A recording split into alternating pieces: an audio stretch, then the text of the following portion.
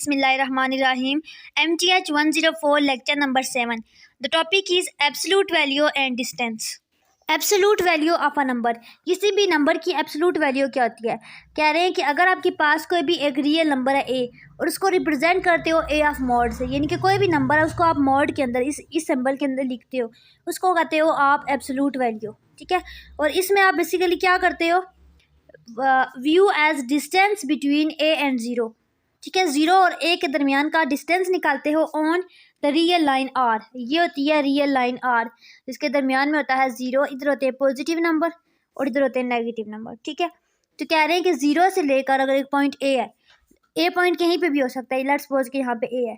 ठीक है, और यहाँ से यहाँ तक का जो डिस्टेंस होता है वो होता है ए मॉड। ठीक है, इसको कह रहे हैं। और दूसरा ये मॉड जो होता है, ठीक है, एब्सोल्यूट वैल्यू जो होती है कभी भी नेगेटिव नहीं होती। ये देखें, आपके पास अगर मॉड के अंदर है माइनस ए, ये बात बता रहे हैं, तो वो जब मॉड खत्म होगा तो वो ए बन जाएगी। ठीक है, यानी कि कोई भी सिंबल हो, प्लस हो माइनस हो, मॉड से बाहर आके वो प्लस बन जाती है।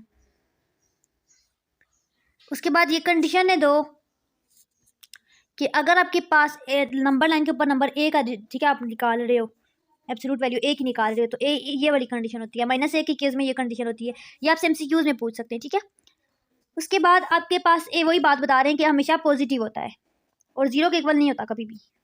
ज़ाहिर है डिस्टेंस निकाल रहे हैं, जीरो से लेकर जीरो पे निकालेंगे तो वो डिस्टेंस निकलेगा ही नहीं। ठीक है, जैसे नंबर है हमारे पास -3 मॉड के अंदर, तो देखें क्या कहा था, जब भी एक नंबर मॉड के अंदर होगा, ठीक है, वो बाहर आके प्लस हो जाएगा, तो इसका आंसर +3 आ जाएगा। इसी तरह एक नंबर है 2, वो मॉड से बाहर आके +2 ही रहेगा। ठीक है, इस तरह एक नंबर है -3.5, तो ये मॉड से आके +3.5 हो जाएगा। ठीक है, इसी तरह 4.5 है, पॉइंट से आके +4.5 हो जाएगा। ठीक है, नेक्स्ट है डिस्टेंस बिटवीन टू नंबर्स। अच्छा, दो नंबरों का फासला, जैसे कि डिस्टेंस क्या होता है बेसिकली, फासला के ये चले ये 11 है, ठीक है, कि ये 11 है, तो इन दोनों के दरमियान में कितना डिस्टेंस है। इसी तरह दो नंबर का फासला, लेट्स सपोज कि ये 3 नंबर है, ये 5 नंबर है, तो इन दोनों के दरमियान में कितना फासला है। ठीक है, ये फाइंड आउट करेंगे।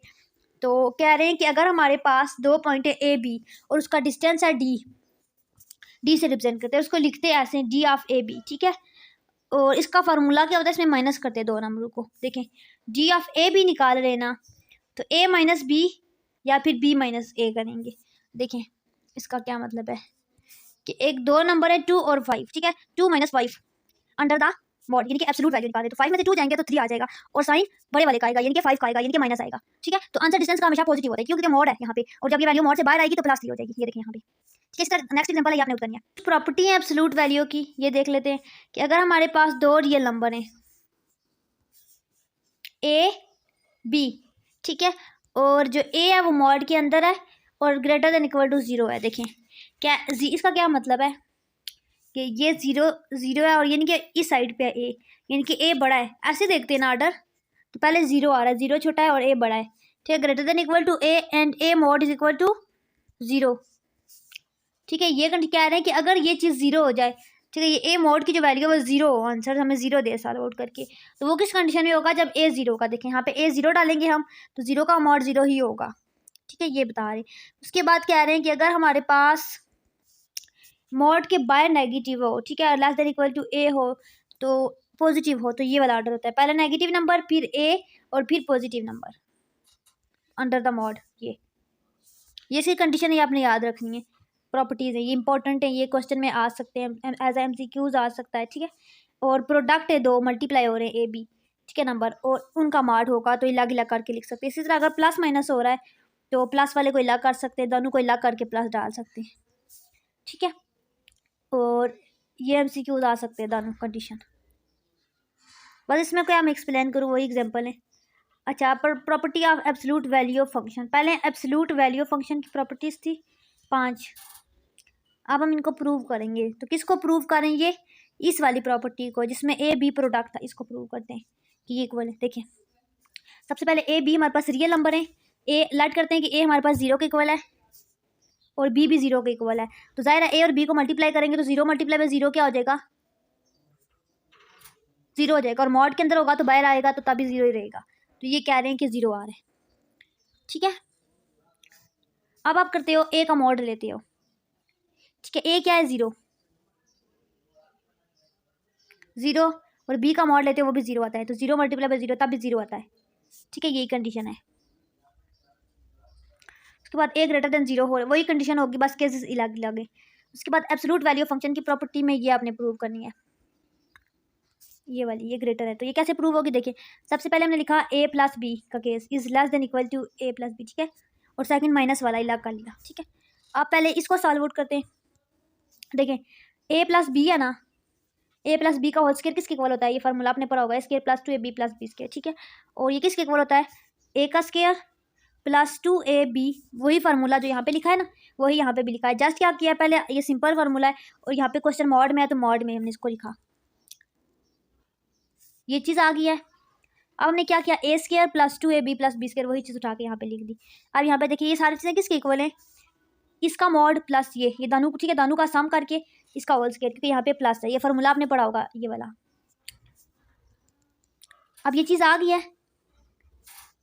अब हमने कहना है कि a प्लस बी का whole square is equal to less than equal to इसके, क्योंकि ये देखिए, ये जो चीज़ हमने स्टार्ट में ली थी इसी का स्क्वायर है, और सॉल्व आउट करके ये चीज़ आ गई है। ठीक है, अब हम इसका स्क्वायर रूट लेंगे ताकि स्क्वायर कैंसिल हो जाए, कैंसिल हो जाएगा, a प्लस बी आ जाएगा लेस देन a प्लस अलग अब a का मॉड प्लस b का मॉड। ठीक है, इसी तरह आपने सब्ट्रैक्शन के लिए भी करना है। Next topic is intervals. अच्छा, इंटरवल्स क्या होती हैं? बेसिकली एंड पॉइंट होते हैं किस, ठीक है, एक नंबर लाइन है, ठीक है, यहाँ से स्टार्ट हो रही है, यहाँ से एंड हो रही है, तो ये इसके इंटरवल्स है। ठीक है, ये फर्स्ट इंटरवल है और ये सेकंड लास्ट इंटरवल है। ठीक है, इसके दरमियान में कुछ भी हो सकता है, ए बी। ठीक है, तो कह रहे हैं कि दो रियल और दोनों रियल नंबर होंगे, प्लस होंगे। ठीक है, ए बी दो इंटरवल है, ठीक है, और a is less than b, यानी कि ये वाली चीज़ छोटी है और ये वाली चीज़ बड़ी है।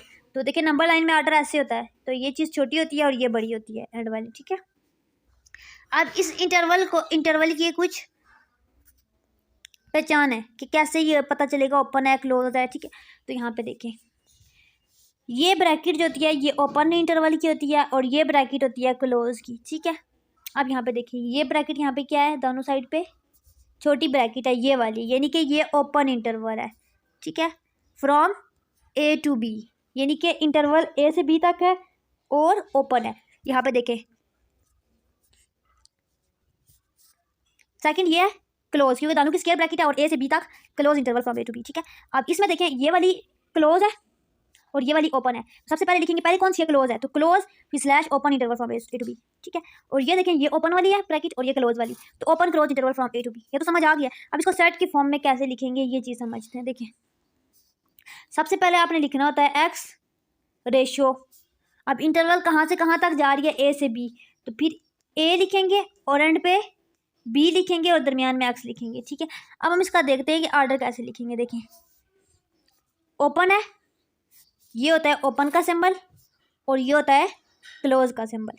ठीक है, तो यहाँ से ये ओपन है तो दोनों के दरमियान में ओपन आ जाएगा। ठीक है, और ये क्लोज है, तो क्लोज के लिए कौन सा सिंबल आएगा, ये वाला, यानी कि ये क्लोज वाला आ जाएगा। ठीक है, दोनों के दरमियान में। उसके बाद नेक्स्ट क्या है, क्लोज ओपन, तो क्लोज का सिंबल कौन सा, ये वाला, तो ये पहले क्लोज और फिर ओपन, ये ओपन है पहले, तो ये पहले ओपन का सिंबल और फिर ये क्लोज का सिंबल। ठीक है, ये आपने समझ रही है, आपसे एमसीक्यूज में पूछ सकते हैं, ये चीज़ आ जाएगी और कह सकते हैं कि बताएं कि ये इंटरवल क्लोज है ओपन है। ठीक है, इस तरह से कुछ भी पूछ सकते हैं, ये चारों आपने समझने। अच्छा, ये इंटरवल की एग्जांपल है कि एक लाइन के अंदर, रियल लाइन के अंदर, नंबर लाइन के अंदर हम इस इंटरवल को कैसे रिप्रेजेंट करेंगे। देखें, जो ओपन इंटरवल होती है ना, उसके अंदर हम इस तरह से डॉट्स बनाते हैं जो वाइट कलर के, मतलब फिल नहीं होते। ठीक है, ऐसे अगर हमें दे देते हैं, मतलब लिख के क्वेश्चन दे देते हैं, ओपन इंटरवल है 2 से 3 तक, ऐसे मतलब कुछ भी, तो वो कहते हैं कि नंबर लाइन के अंदर रिप्रेजेंट करें, या नंबर लाइन के अपना पेपर में दे दें ऐसे बनी हुई, और पूछें कि किस पॉइंट पे ओपन है, किस पॉइंट पे क्लोज है। तो यहाँ पे देखिए,